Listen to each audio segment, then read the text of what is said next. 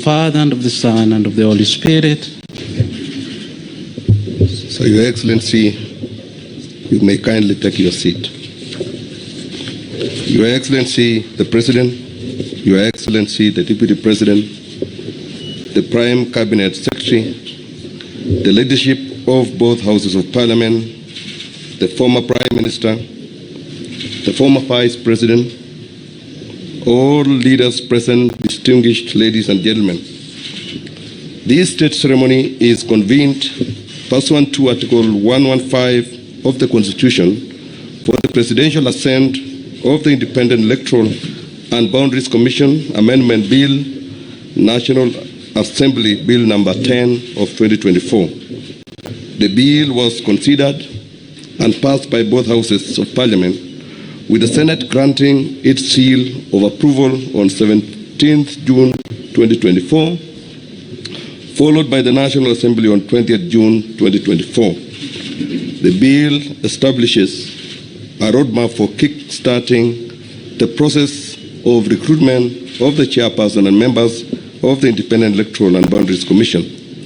Additionally, the bill expands the criteria for eligibility to serve as members of the Commission by adding expertise in accounting or information and communication technology to the existing professional qualification, which include electoral affairs, management, finance, governance, public administration, and law. Your Excellency, with both Houses of Parliament having discharged their lawmaking mandate, the first one being the IABC Amendment Bill, which was initially introduced and passed in the National Assembly in the month of May, sent to the Senate, and the Senate also passed it on 11th of June with amendments, and the amendments passed by the Senate were approved by the National Assembly on the 20th of June. Your Excellency, this bill gives a roadmap to the formation of the IABC. It commences with the IBC selection panel, which will now comprise of 9 persons who are to be nominated in a competitive and transparent process by certain bodies, first of them being the Parliamentary Service Commission, which is required to nominate 2 persons. The political parties liaison committee is required also to nominate 3 persons. The Law Society of Kenya, 1 person. Is 1 person to be nominated by the ISIPAC and 2 persons to be nominated by the Interreligious Council. The bodies which are nominating more than 2 persons, Your Excellency, are required to also observe the 2/3 gender rule so as to ensure that the completeness of the panel observes the 2/3 gender rule as required under our Constitution. The bill, Your Excellency, also amends certain provisions relating to the term of the Secretary to the Commission, giving the Secretary a term of 4 years renewable once.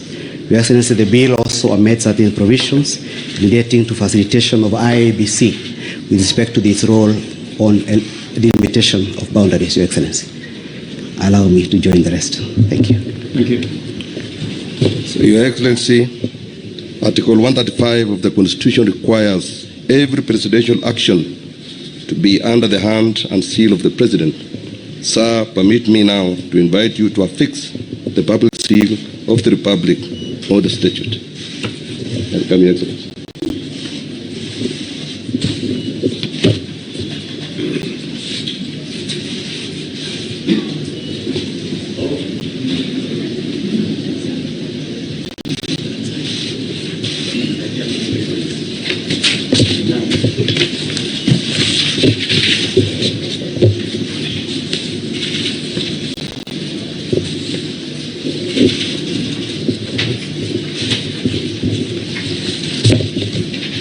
New Super Stay Skin Tint with vitamin C from Maybelline, New York. Turn up your skin.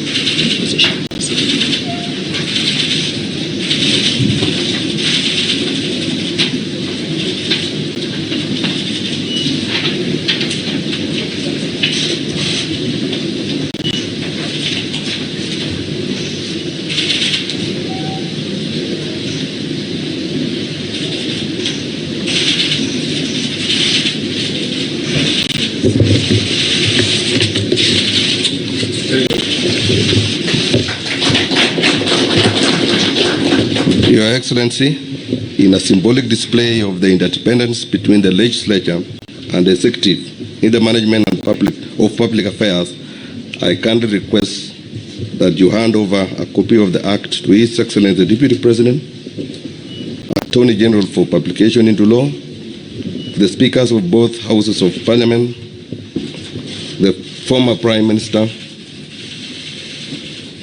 the former Vice President,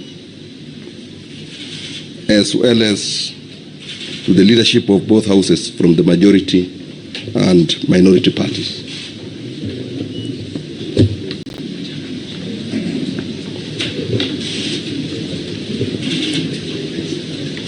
Your Excellency, you will open.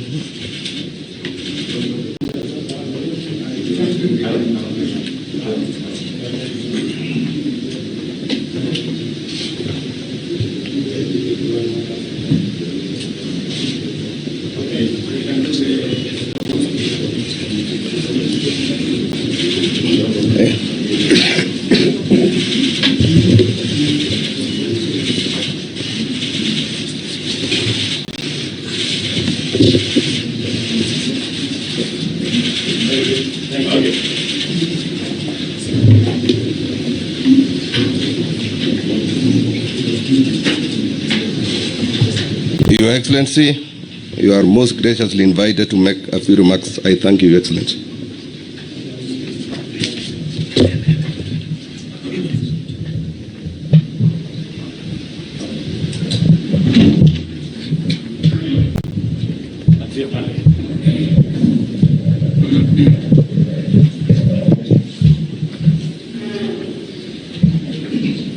Thank you, Your Excellency, the President, Your Excellency, the Deputy President, Prime Cabinet Secretary, Your Excellency is the former Prime Minister and our former Vice President, all distinguished guests, including our honorable speakers. Your Excellency, your assent to the IEBC Amendment Bill, being the first of the National Dialogue Committee report bills, one of the 9 bills, Your Excellency, marks the beginning of a very important process to our country in the reconstitution of a new IEBC Commission. Your Excellency, let me take this opportunity to assure you and the country that all the other 8 bills that emanated from the NADCO report are in process in both houses. We had divided the bills between the 2 houses of Parliament, and I want to give all of you assurances of both houses that we shall expedite in the processing of these bills with top priority.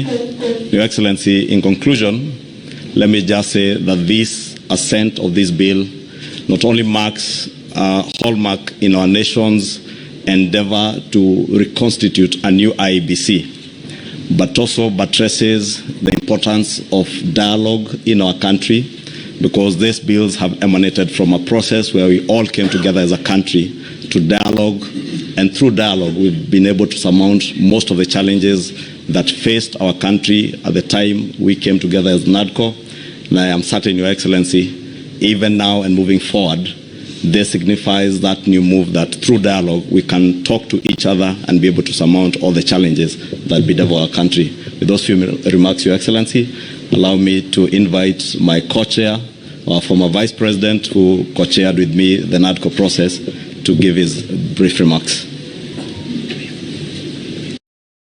Nimejaribu mafuta na sabuni nyingi, hazikusaidia kurelieve eczema, dryness, or my baby.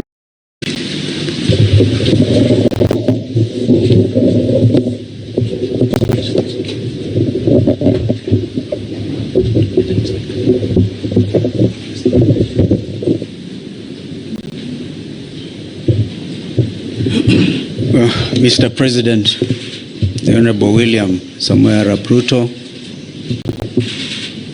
Prime Minister RAILA Odinga, both co-principals of the NADCO process, ladies and gentlemen, I didn't find it easy to come in here this morning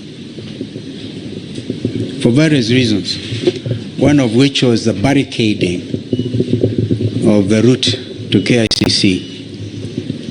But I must thank the organizers for having brought it to KICC, because if it was a State House, Mr. President, it would even have been a little harder. The reason is simple. Our country is at a crossroads.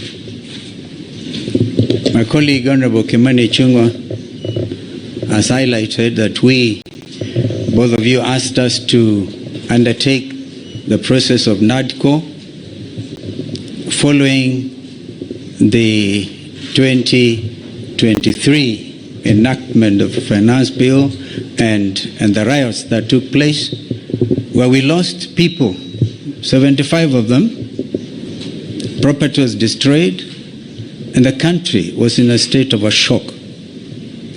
We undertook that responsibility with gusto, and we are very open-minded. As Azimio la Umoja One Kenya, our number one topic was the high cost of living.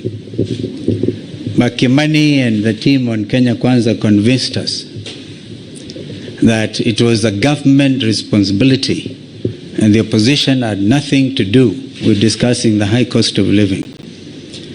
I hope that in the light of recent developments, my friend Kimani would have revised that thought.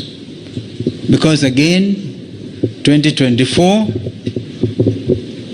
Finance Act and the riots, and again we have lost 41 young Kenyans.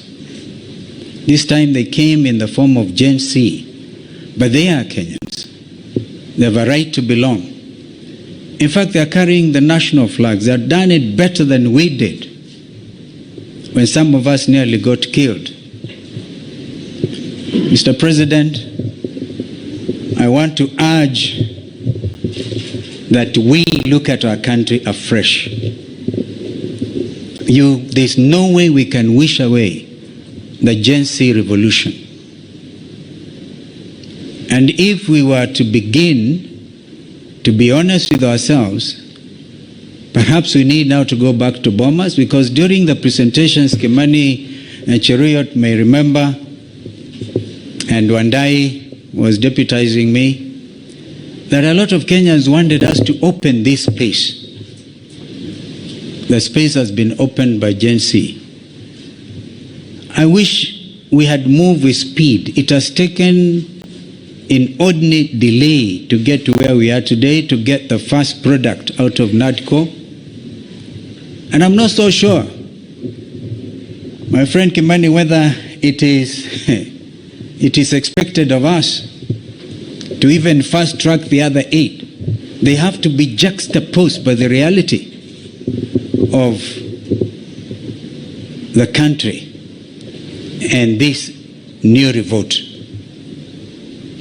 If we are not careful, all of us will get thrown out by the Gen Zs, because they say we have come of age. You say that we are leaders of tomorrow, we are leaders now.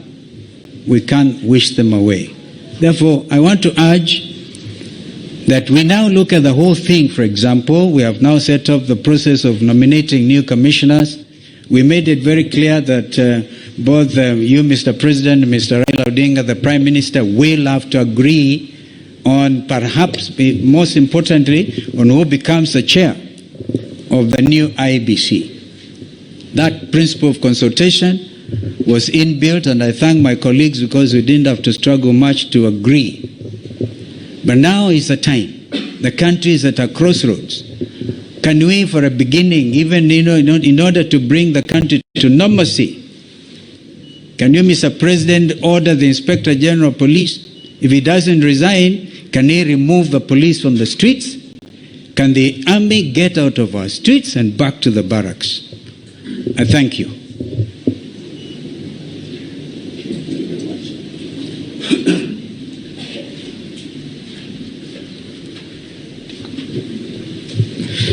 Thank you, Your Excellency, former Vice President. I now have the honor to invite the former Prime Minister, Your Excellency, Honorable RAILA Odinga, to give his remarks, and thereafter invite His Excellency the President.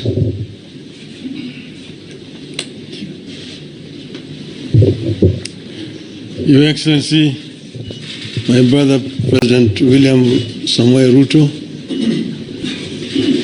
all distinguished ladies and gentlemen who are here this morning, we have come here today for a very solemn occasion. And I'm happy that this function has been arranged to take place here at KICC. As my colleague Stephen Kalonzo Musyoka said, we are at a crossroads as a country. And times like this requires leadership, the country to move forward. What we are doing today is a culmination of a process that began sometime last year when President Olusegun Obasanjo came to mediate and the conflict that was raging on at that time. We agreed when we sat together, myself and Brother William Ruto, that we would follow the route of dialogue. And that is the reason why NADCO was set up. NADCO then proceeded to dialogue and ended up with a very voluminous report which has contained some very fundamental recommendations. This bill that has now been signed into the law today is just one of those. But the NADCO report contains very many issues which are at the heart of the people of Kenya today. If you see the issues which are being raised by our youth, most of them are actually contained in the NADCO report. But if this NADCO report is implemented fully, you'll be able to address all those issues which these young people are raising. We are, as I've said, at a very, very crucial juncture in the history of our country. Our country has moved forward. There have been highs and lows in our history of 61 years. We need to move forward. And I want to say, at this moment in time, my brother, that we require now a wider engagement so that people have an opportunity to vomit all that is there in the chest in order that we can be able to find a way forward. I therefore want to support the proposal of my brother Stephen Kalonzo Musyoka that we have this conversation. It may not take more than 2 weeks. but it brings all the stakeholders together. Today, our society is fairly stratified. Nearly 70% of our population is below the age of 35, the youth. If you say that between 35 and 18 constitute about 40%, we need that 40% to be present when this dialogue is taking place. And then the rest can fill the rest. And then we just talk about the Kenya we want. The Kenya we want convention. Out of that will come out recommendations that will help us to resolve this issue once and for all. And that will be my proposal, Your Excellency. I think that Kenya deserves better. The issues of employment, the issues of discrimination, the issues of corruption, the issues of gender, and so on, are issues that need to be addressed in a wider forum. I think that it is possible to do. It is possible if there is a will to do it. And then here again, the IBC is a very important institution. It's not the first time we have had issues with IBC. If we find a solution to this issue of IBC, it will be on the way to resolving very many issues in our country. You will remember in the last elections, the whole world was stunned when we saw an electoral commission that was completely divided. Some saying one thing, others saying one thing. You may be happy that, the other group ruled in my favor. But what example are we showing the world as a country? That in the process of very important exercise, the commission is divided. Nobody knows whom to believe up to today. It is a shame on us. And we are sure that we have got men and women here in this country who can actually do a better job. And that will help to unify this country. Last year, we lost 75 precious lives. This year we lost another 40 lives. To say nothing about those who have been wounded, who have been hurt. We must prevent this from happening in our country. We should not allow this to continue happening cyclically. Let us find a lasting solution to this problem. We are ready to engage so that we find a solution to this problem. As Azimio of Kenya. With those many remarks, Your Excellency, now may I have the pleasure to invite my brother, President William Ruto, to address you. Thank you. Thank you. I think before I make, just hold on, before I make some remarks, I have listened very carefully to the leaders who spoke as it should be. But let me ask my deputy to make a few remarks so that I can conclude. Mr. Deputy President. Your Excellency, our President, Dr. William Ruto, Your Excellency, the former Prime Minister, Your Excellency, the former Vice President, the leadership of our two houses, members of the executive, and the press, Your Excellency, this is a great morning for this country because the constitution of the IBC is a great step for our democracy. I want to thank you for the leadership that you have accorded this country in difficult times, and you are acceding to have the report that was bipartisan is a great step in the right direction in this country. In the situation we are in, we want to call upon the people of Kenya that violence begets violence. Now that the president has accepted to have a discussion with our young population, with our leaders, we call upon the people of Kenya to give dialogue a chance, to give consultation a chance, get off the streets, stay away from destruction of property, because Kenya is greater than all of us. And I think, Your Excellency, you have the capacity to lead us in that direction where there is consultation and all Kenyans are able to agree on the way forward. With those few remarks, it is my duty to ask Your Excellency to address the country. Thank you. Thank you.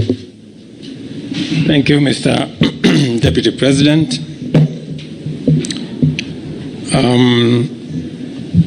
Your Excellencies, Mr. Vice President, former Prime Minister, former Vice President, the two speakers of our National Assembly and Senate, leaders of majority, fellow leaders present here. Welcome to this occasion. The National Dialogue Committee, established last year, resulted from the closing of ranks across the political divide to forge consensus on a number of priority national issues, including the reconstitution of the IEBC. Today's assent of the IEBC Amendment Bill therefore marks a significant step in the actualization of one of the recommendations of NADCO and testifies to our country's ability to navigate difficult, complex, and sometimes divisive issues that could undermine our national cohesion, undermine our stability and security if we leave it unattended. The signing of this bill paves way for the establishment of the selection panel for the appointment of IEBC commissioners. The IEBC remains a cornerstone of our democracy, responsible for overseeing regular elections at various levels, and on the overall ensuring that our electoral cycle is managed transparently and administered in an impartial, neutral, efficient, accurate, and accountable manner. I concur with leaders who have said there must be professionalism and integrity as part of the cardinal principles of the men and women who will be charged with the responsibility of overseeing our elections. The spirit of NADCO is the spirit of unity, bipartisanship, and consensus building, values which have helped our nation overcome its most challenging moments. Even as I assent to this bill, I look forward to supporting and facilitating any other outputs of the national consensus that was NADCO to ensure that Kenya moves forward and with as many hands on deck as is possible. The leadership of Parliament, both on the majority and minority sides, have heard what the leaders here have said, and they should proceed with dispatch and expedite the other recommendations that are contained in the NADCO report and process the necessary bills and interventions that are necessary for us to actualize the output of that report. Beyond NADCO, we are currently engaged in discussions as a country about our economy. As we know, the country has faced a series of economic shocks, including COVID-19 pandemic, globally high interest rates, and devastating droughts and floods, events which have impacted negatively on our economy and our capacity to secure resources for development and to also meet our debt service obligations. In the last 2 years, we have put in our best efforts to mobilize domestic and external resources to accelerate our economic program, pull the country back from the danger of debt distress, and set us on a path of economic transformation. These efforts have strengthened the Kenya shilling, reduced fuel prices at the pump, and lowered the cost of living, including the cost of essential household commodities. This year, my administration presented revenue-raising measures through the Finance Bill 2024, which were aimed at not only consolidating the economic recovery program, but also propelling the country to the next phase of investing in key social and economic infrastructure projects to advance our development agenda and reduce on our debt burden. However, many voices expressed disapproval of these proposals, leading me to drop the bill and terminate the process. It therefore means that apart from the people of Kenya asking us to consider alternative means of raising revenue, which I agree with, there is general consensus that the country requires to confront and address long-standing priority national issues, including national debt, public expenditure, and anti-corruption measures, so as to release resources for creating opportunities, creating jobs, and creating wealth. As a way of charting the future from the current situation we are facing, I welcome all the leaders here, and I have heard what they have said this morning, and all other stakeholders working together for us to address the current economic situation through a broad-based political arrangement and to rally the country forward, as has been said by the former Prime Minister. And therefore, we have yet another opportunity as a country, Kenya being the resilient people we always are, to come together and figure out the future of our country in a manner that makes sure that we address the existential challenges and threats that face our nation.